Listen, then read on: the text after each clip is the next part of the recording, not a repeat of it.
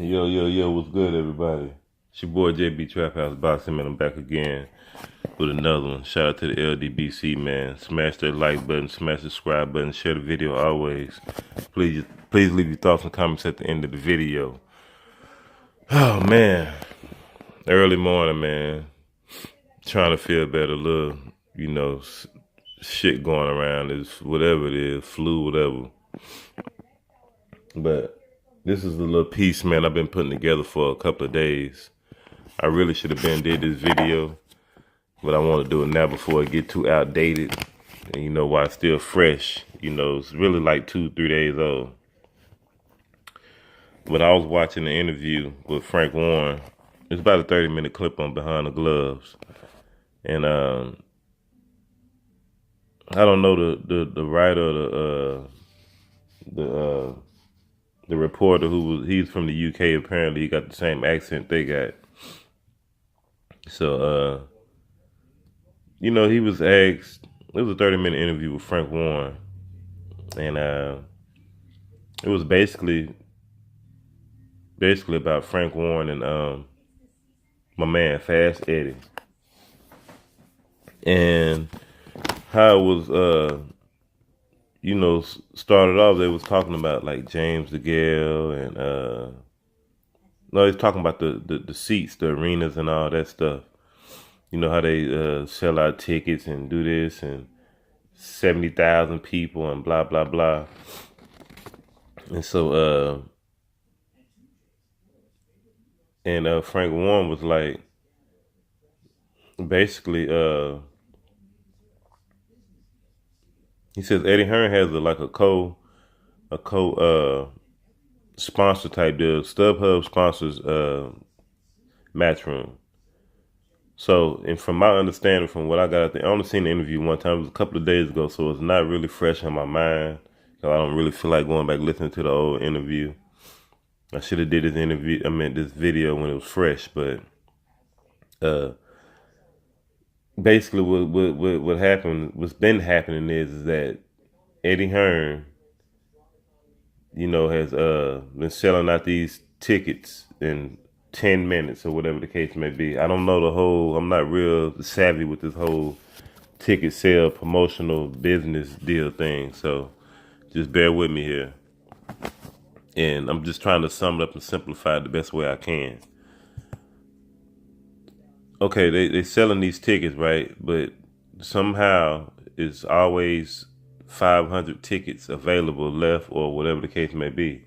So they buying these tickets out and they reselling them for a higher price. Basically, that's what the whole gist of this whole thing is. They raping the fans, and Frank Warren was like, basically Eddie Hearn's supposed to be so much for the fans, and how could he live with himself by knowing that he's robbing the fans, out of ticket sales, and he says he's this, he's that, and yada yada yada. And he was like, somebody please explain this to me. And he says he knows what it is. He says, he says basically it's a sad, scary situation, man. And when shit hit the fan, basically Eddie Hearn, is gonna catch the raw end of the stick. And he was talking about how Eddie Hearn was saying that why did James DeGale didn't have a rematch clause, and why did they make that fight? It was a bad fight. And Frank Warren was telling him, he's like, I'm not James DeGale's manager. I'm his promoter. Al Heyman is the one who did that fight. He says, I let Al deal with that. That's Al knows what he's doing. And he says, it's not up to me for a rematch clause. It's really up to the sanctioning body to approve or order the rematch clause. It has to be approved by the sanctioning body. And that's something that I didn't even know. You learn different things every day about boxing. I never knew that the sanctioning body had to approve the rematch clause. I thought that the promoters and all that threw that in the contract, depending on, accordingly on how they felt about, certain fights.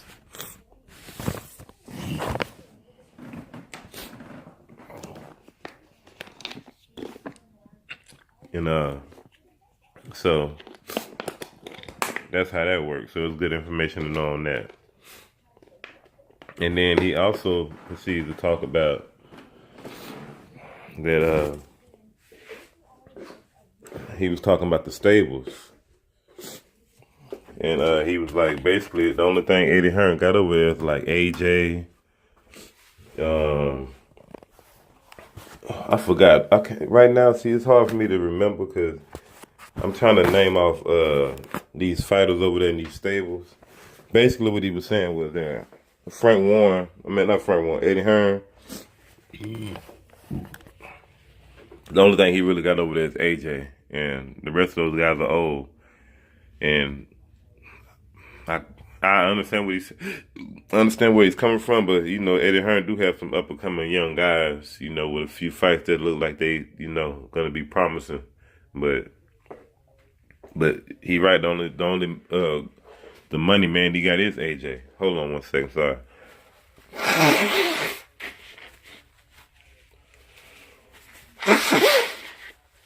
It's AJ. So and he really listed off his whole, you know, a lot of his guys that got coming up like Daniel Duval, Anthony Yard.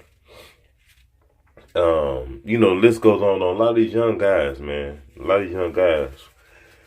You know, really, I mean, I don't want to get into the whole stable thing because, you know, they both got a decent little stable over there. So that's, you know, whatever. But, and he was talking about what was AJ gonna do once AJ renews his contract with Eddie Hearn. Is Eddie Hearn gonna pay out the way he's supposed to? Because he says a lot of networks and there's a lot of people that got their eyes and they got their bid in on Anthony Joshua already right now. So he says Eddie gonna break the bank to keep Joshua, or Joshua gonna go off and do his own thing. How's this gonna work? And he says basically if Joshua doesn't stick around, Eddie's gonna be screwed. You know, and he's basically saying that Eddie's a greedy guy, man. You know, Eddie told the reporter from behind the gloves, he was like, Eddie said, if you don't have a promoter in this game, then you're wrong. And Frank Warren was like, what is he talking about? He's not saying anything. Basically, what Eddie was saying was, like Frank Warren said, if you don't got him promoting you, then you're wrong. And Frank Warren was like, that don't mean anything. It's all on how you choose to, you know, rock and roll your career. You know, you don't have to have a promoter if you don't want to. It's all up to you. You know, it just seems like Fast Eddie just making a lot of enemies, man, over there in the UK and over here in the US, and that's not a good thing. You know, Eddie taking jabs at everybody, Lou DiBella, whoever was promoting the company. Eddie always got something to say, and that's what Frank said. He says Eddie always got something to say about somebody, and he ain't lying. Eddie, he shows you in the interviews. He always talking crap, always. You know, pretty soon, you know, people gonna piece up and try to, you know, chump Eddie off, but it's gonna be hard because he got too many fighters and he got a lot of money. So it's not gonna be easy to squeeze Eddie out. Eddie can run a show with the stable fighters he got, but he just making it look bad for business, man. The way he conducting himself as a professional promoter. You know, and Eddie acting like he doing something that ain't nobody else did before. Promoters been doing this shit. What he doing? He ain't doing nothing new. And let me tell you guys something, man. You know, for guys who younger guys, or you know, maybe some older guys who haven't seemed to wrap their brain around this yet, but let me explain something to you, man. Ain't nothing that you see now today what's going on, trending, a fad or whatever the case may be. It's not nothing new. It's all recycled. It's just brought back again in a different era of time. It ain't none of this shit new, man. Everybody been doing the same stuff over and over again. It just gets refurbished and recycled. That's it. Well, I don't want to say refurbished. Refurbished like when you rebuild something, but recycle. It just comes back. But yeah, Eddie's overpricing these tickets, man. Eddie's been allegedly he's been a scam artist, you know, and it kind of makes sense because if you sold out in 10 minutes, how you always got 500 tickets available left, all the way up to the last minute. And then he was talking about Frank Warren. I'm saying Frank Warren was talking about James DeGale, and James DeGale is in a rematch clause with Caleb Truex. He didn't say that then. He said he didn't know yet. They was working on it. But James DeGale, and this is interesting because I didn't even know this. So I'm telling y'all now, and I might even make a separate video about it. But James DeGale and Billy Joe Saunders, if James was to win this fight, or even if he wins this rematch or whatever the case may be, they had plans for James DeGale and Billy Joe Saunders to fight at a catch weight. That's the fight that they want to make. So that sounded interesting, man. When I heard that, I was like, wow, that's something new. I still might do a separate video about that. I think I will. I really do think I will. But they supposed to fight at a catch weight. Could you just imagine the shit talk between those two guys, man? James DeGale and fucking Billy Ho? Oh my God, two arrogant motherfuckers. Oh my goodness. Two motherfuckers you can't tell them they shit stink. Oh man. Oh man. That would be a huge sale in the UK. No bullshit. That would be a huge sale.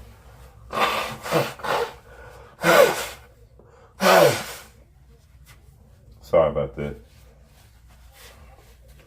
Yeah, but y'all boy, man, Fast Eddie, he making a bad name for himself, man. A bad name. And like I told y'all before, man, Eddie is a guy. He's greedy. He want all the marbles. He want everything. He wants to take over.